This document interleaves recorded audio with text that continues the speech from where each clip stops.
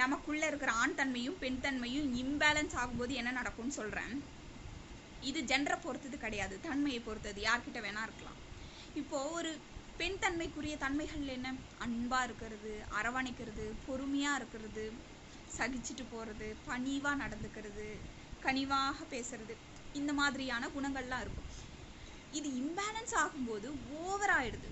ஓவராக அன்பை கொட்டுறது, பாசத்தை கொட்டுறது, என்ன நடந்தாலும் பொறுத்துட்டு போகிறது, என்ன நடந்தாலும் சகிச்சுட்டு போகிறது. ஸோ இந்த மாதிரி இருக்கும்போது சுற்றி இருக்கிற மனிதர்கள், நம்ம குடும்பத்தில் இருக்கிறவங்க, சுற்றி இருக்கிறவங்க அதை வேல்யூவே பண்ண மாட்டாங்க. அதுக்கு மரியாதையே கிடையாது. என்ன என்ன சொல்கிறதுனா, டேக் இட் ஃபார் கிராண்டடாக எடுத்துக்குவாங்க. நமக்கு ஒரு அடிமை சிக்கிடுச்சு, அவ்வளோதான்.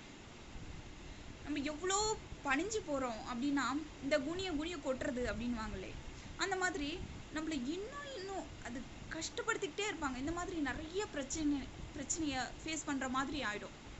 அதனால் அது கரெக்டாக பேலன்ஸ் கொண்டு வரணும். அதை பேலன்ஸ் கொண்டு வரணும் அப்படின்னா என்ன வேணும் அப்படின்னா, செல்ஃப் லவ் வேணும். நம்மளை நம்ம வேல்யூ பண்ணணும். ஃபஸ்ட்டு நமக்கு நம்ம ரொம்ப முக்கியம். நமக்கு தான் நம்ம முக்கியத்துவம் கொடுக்கணும். சுய மதிப்பீடு அதிகரிக்கணும்.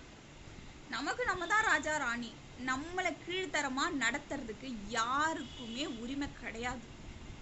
அந்த பவுண்டரியை நம்ம செட் பண்ணணும். சரி, ஆண் தன்மை அது இம்பேலன்ஸ் ஆகும்போது என்ன நடக்குது? ஆண் தன்மைனா என்ன?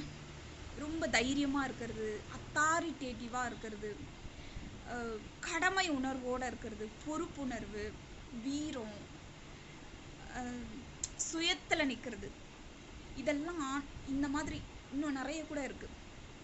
ஸோ இதெல்லாம் இம்பேலன்ஸ் ஆகும்போது ஒரு ஆண் வந்து கடினமானவங்களாக மாறிடுறாங்க. இது ஓவர் ஆகும்போது ரொம்ப ரஃப் அண்ட் டஃப்பாக மாறிடுறாங்க. ஸோ இந்த குணங்களும் இருக்கணும். அதோடு சேர்த்து அன்பு, பொறுமை, கனிவு, மற்றவங்களை நேசிக்கிறது, இந்த மாதிரியான குணங்களும் இருக்கும்போது மட்டும்தான் அது பேலன்ஸாக இருக்கும். ஸோ அந்த மாதிரியான ஆண்கள் போற்றப்படக்கூடியவர்களாக இருப்பாங்க. இந்த மாதிரி ஒரு ஆண் தன்மையும் பெண் தன்மையும் நம்மக்கிட்ட ஒரு பேலன்ஸாக இருக்கும்போது மட்டும்தான் நம்ம சரியாக நடத்தப்படுவோம். இந்த சமுதாயத்தால் நம்ம சரியாக இருப்போம்.